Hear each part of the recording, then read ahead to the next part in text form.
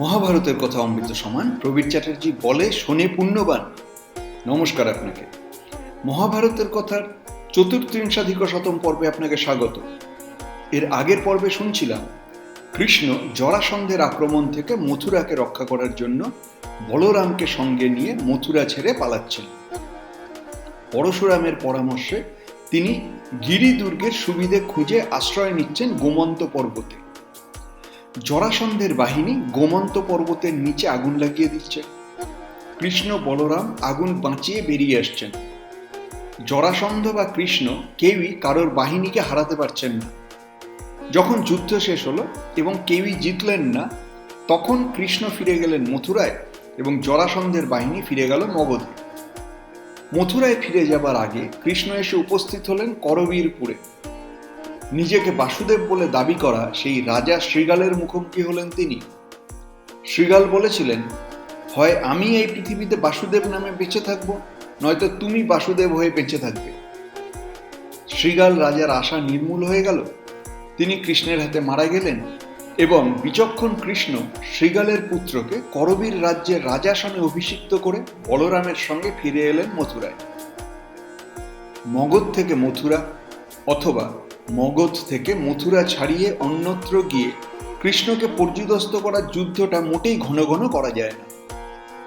মগধ থেকে চতুরঙ্গ সৈন্যবাহিনী নিয়ে জরাসন্ধের পক্ষে তাই 1 মাস 2 মাস অন্তর মথুরা আক্রমণ করাটা কঠিন ছিল। ফলে কৃষ্ণ একটু রেহাই পেয়েছেন। ফুরসত একটু ছিল বলে বলরাম পর্যন্ত এই সময়ে একবার তাঁর শৈশব কৈশোরের লীলাভূমি বৃন্দাবনে ঘুরে আসতে পেরেছেন। নৃসিংহপ্রসাদ ভাদুরী বলছেন, জরাসন্ধের সঙ্গে কৃষ্ণের যে কয়বার এবং যতটুকুই দেখা হয়েছে, তাতে এটা পরিষ্কার হয়ে গেছে যে অসীম শক্তিধর জরাসন্ধ কৃষ্ণকে কিছুতেই ঠিকমতো বাগে পাচ্ছিলেন না। আবার কৃষ্ণ পরিষ্কার বুঝেছিলেন যে সৈন্য সামন্ত বা যুদ্ধাস্ত্রের সাহায্যে জরাসন্ধকে পর্যদস্ত করা যাবে না। এই অবস্থায় জরাসন্ধের স্ট্র্যাটেজি হলো ভবিষ্যতে আবার আক্রমণ হানা। আর কৃষ্ণের স্ট্র্যাটেজি হলো যুদ্ধ না করে যদি কূটনৈতিক উপায়ে যদু বৃষ্ণীদের রাজনৈতিক শক্তি কিছু বাড়িয়ে নেওয়া যায়। এই কূটনৈতিক সমাধানগুলির মধ্যে অন্যতম ছিল বৈবাহিক রাজনীতি। এই সময়ে বৈবাহিক রাজনীতির প্রধান কেন্দ্র ছিল বিদর্ভ রাজ্য। এই রাজ্যের রাজা ছিলেন ভীষ্মক। ভীষ্মকের কন্যা 3 ভুবনের সেরা সুন্দরী রুক্মিণী। তাঁর স্বয়ম্বর সভায় তৎকালীন দিনের রাজনীতির বড় আসর হয়ে উঠবে। বিদর্ভ রাজকন্যা সুন্দরী রুক্মিণী স্বয়ম্বরা হবেন, এই সংবাদটা চারিদিকেই ছড়াচ্ছিল এবং এই সংবাদ কৃষ্ণ পেয়ে গেছেন সংবাদ সংগ্রহকারী প্রাবৃত্তিক পুরুষদের মুখে। তারা এসে জানিয়েছিল যে বিদর্ভরাজ ভীষ্মকের মেয়ে রুক্মিণীর স্বয়ম্বর আসন্ন। সেই উপলক্ষে দেশ বিদেশের সমস্ত রাজারা রুক্মিণীর বিবাহ কামনায় বিদর্ভে এসে শিবির স্থাপন করেছেন। এই খবর শুনে কৃষ্ণ বিদর্ভ যাওয়া মনস্থির করলেন। যদিও তাঁর ভয় ছিল মথুরাপুরীতে তিনি না থাকলে জরাসন্ধের পক্ষপাতী রাজারা যে কোনো ছলে মথুরা আক্রমণ করতে পারেন। যাই হোক, বিদর্ভ রাজ্যে উপস্থিত হয়ে তিনি সোজাসুজি বিদর্ভরাজ ভীষ্মকের রাজসভায় উপস্থিত হলেন না। অথচ অন্যান্য রাজারা জরাসন্ধ, শিশুপাল ইত্যাদি তাঁরা কিন্তু ভীষ্মকের আতিথ্যে বিদর্ভে উপস্থিত হয়েছিলেন। কৃষ্ণ উঠলেন ক্রথ কৈশিকের রাজবাড়িতে। মহাভারতে রাজসূয় পর্বের প্রাক্কালে জরাসন্ধের সমস্যা প্রসঙ্গে কথা বলার সময় তাকে প্রতিরোধ করার জন্য কৃষ্ণ কি কি ব্যবস্থা নিয়েছেন তার তালিকা দিয়েছিলেন। এই তালিকায় অনেক কিছুর মধ্যে রুক্মিণীর বিবাহ সংক্রান্ত স্বপ্রযুক্ত কূটনীতির কথা বলেছেন কৃষ্ণ।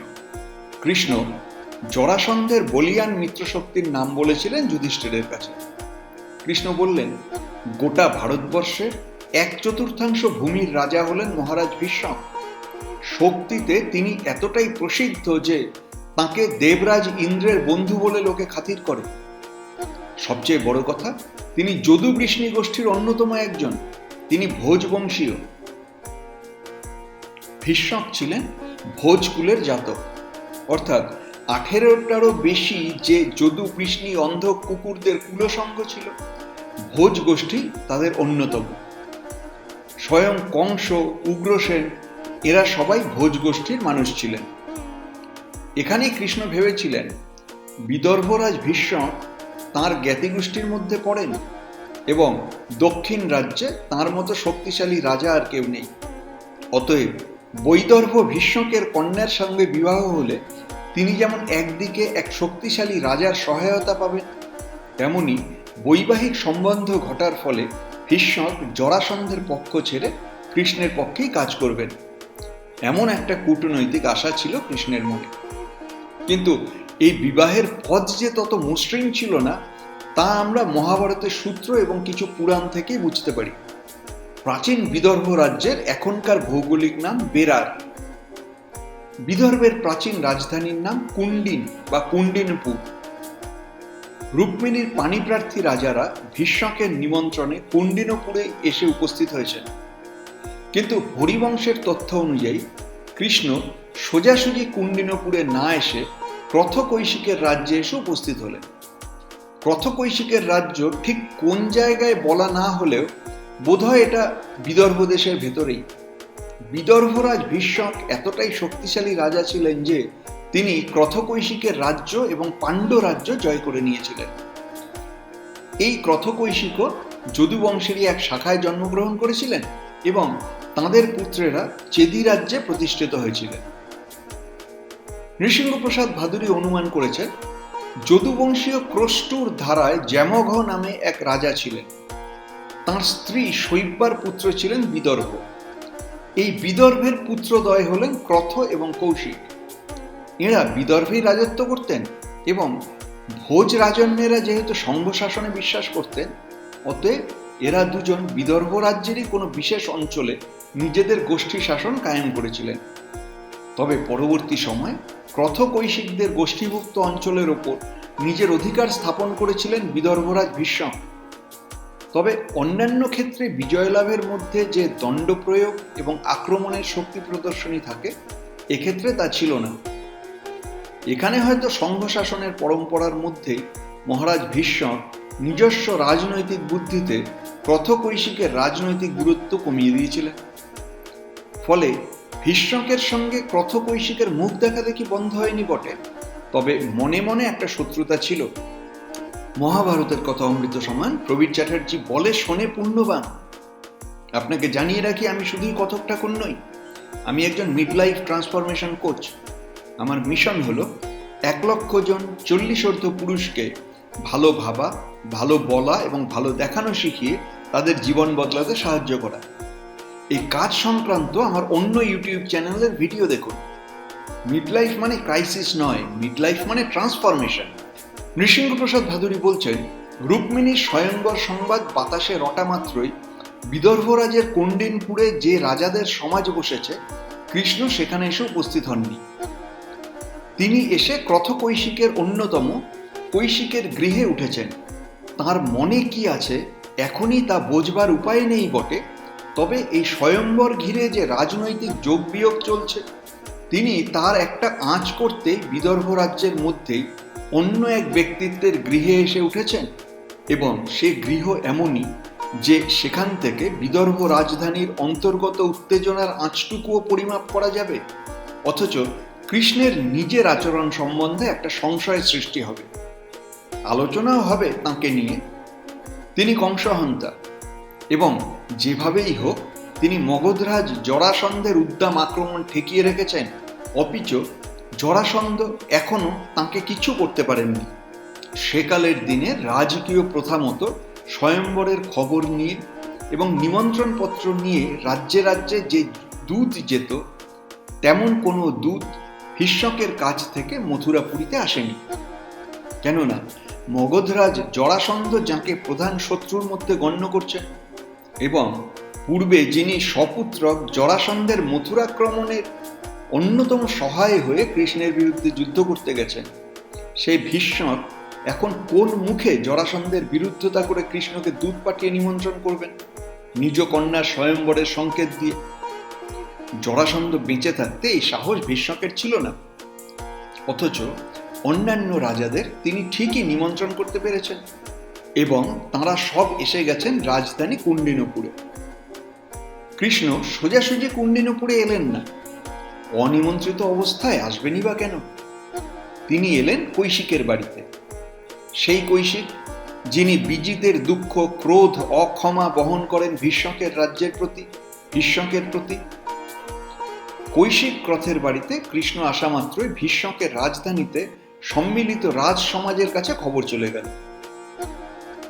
এই রাজারা খুব পরাক্রমশালী তো বটেই, তাঁরা রাজনীতি, কূটনীতির প্রয়োগে কুশল। কৃষ্ণ এই বিবাহ সভার কাছাকাছি এসে অবস্থান করায় প্রতিপক্ষ রাজাদের মধ্যে যে একটা কমোশন তৈরি হবে এটা তিনি জানতেন। ভীষ্মকের সভায় মিলিত রাজাদের মধ্যে প্রধান অবশ্যই সেই জরাসন্ধ, এবং তিনি সন্দেহ করেছেন যে কৃষ্ণ সোজাসুজি বিবাহ সভাতেও এলেন না, অথচ এক প্রতিপক্ষীয় বিজিত রাজার বাড়িতে এসে অবস্থান করছেন, অপিচ তাঁর সঙ্গে যদুবৃষ্ণীদের দলবলও আছে। অতএব কৃষ্ণের মনে অবশ্যই কোনো পরিকল্পনা আছে।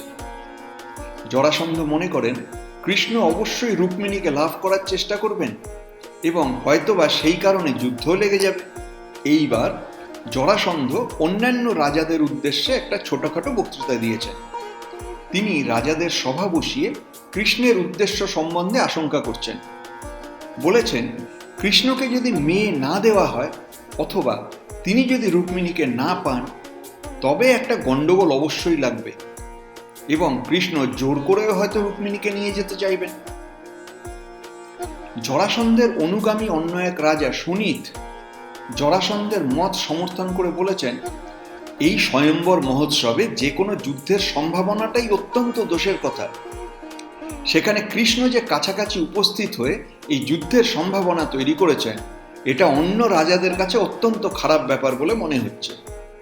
এবং সভাপতি জরাসন্ধ এই বিবাহ সভার গর্হিত দিকটাই আমাদের সামনে তুলে ধরেছেন।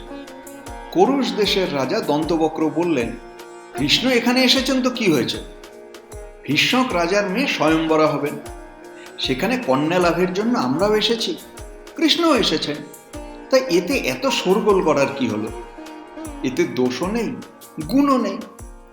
আমরা বরং পূর্ব শত্রুতার কথা ভুলে গিয়ে এই বিবাহ সভায় কৃষ্ণের সঙ্গে আপাতত সন্ধি করে নিই, তাহলে আর কোনো উদ্বেগ আশঙ্কা থাকবে না।